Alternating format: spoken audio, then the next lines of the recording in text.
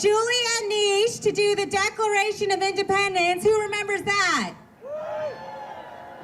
Give it up for Julia Niche! Check, check.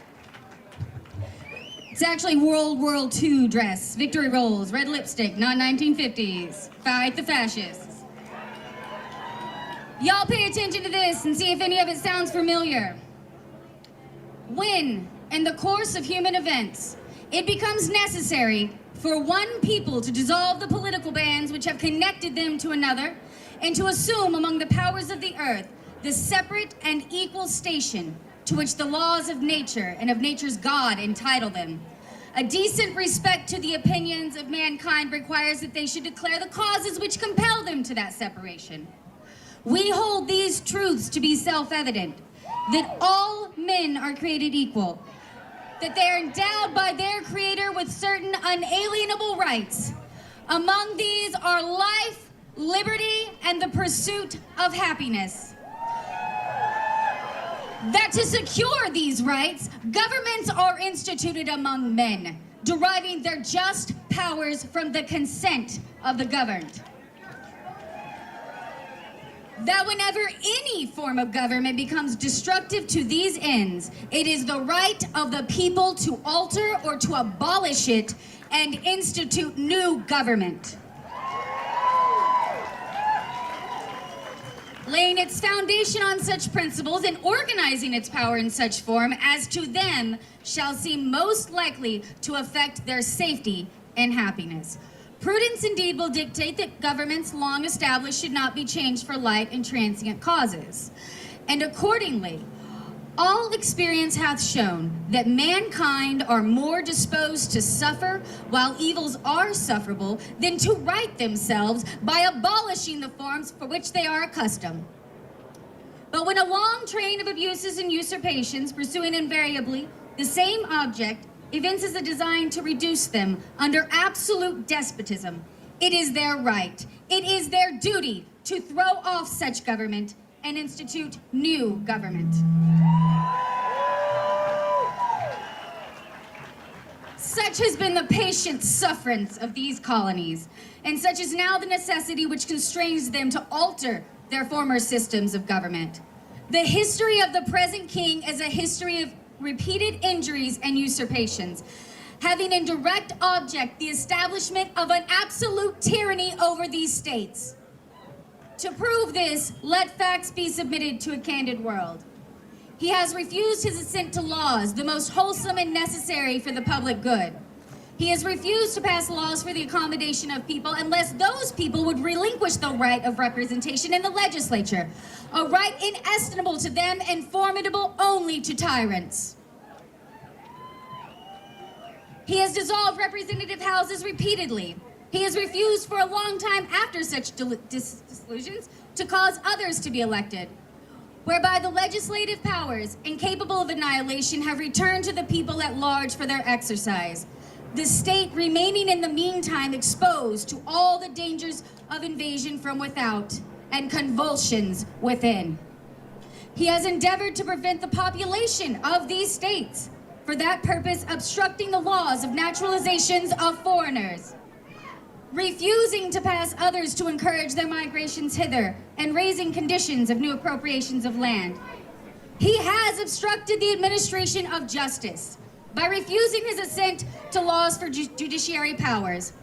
He has made judges dependent upon his will alone for the tenure of their offices and the amount and payment of their salaries. He has erected a multitude of new offices and sent hither swarms of officers to harass our people and eat out their substance. He has kept among us in times of peace standing armies without the consent of our legislatures. He has rendered the military independent of and superior to the civil power. He has combined with others to subject us to a jurisdiction foreign to our Constitution and unacknowledged by our laws. For quartering large bodies of armed troops among us. for protecting them by mock trial from punishment for any murders which they should commit on the inhabitants of these states,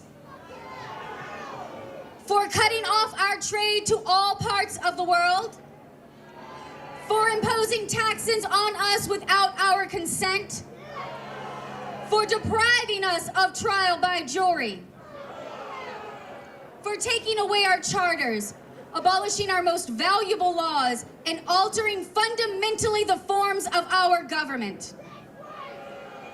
He has abdicated government here by declaring us out of his protection and waging war against us. He has plundered our seas, ravaged our coast, burnt our towns, and destroyed the lives of our people.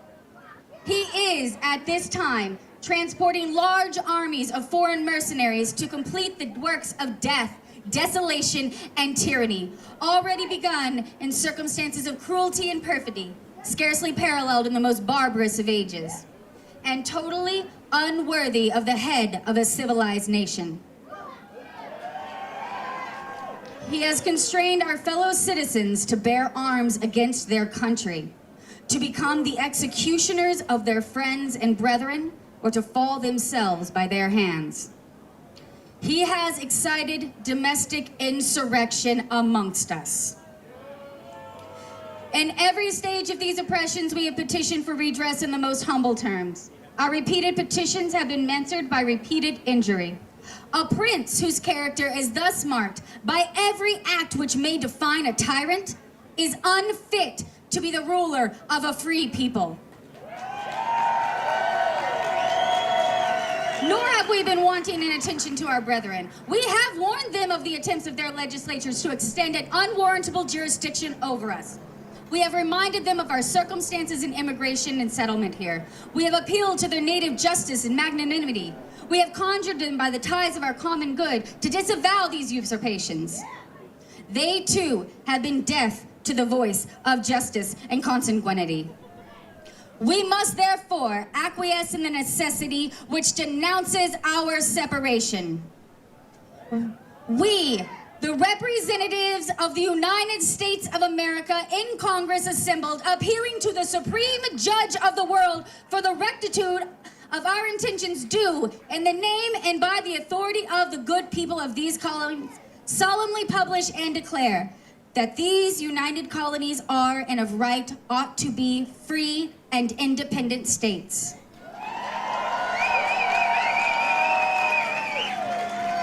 And for support of this declaration, with a firm reliance on the protection of divine providence, we mutually pledge to each other our lives, our fortunes, and our sacred honor.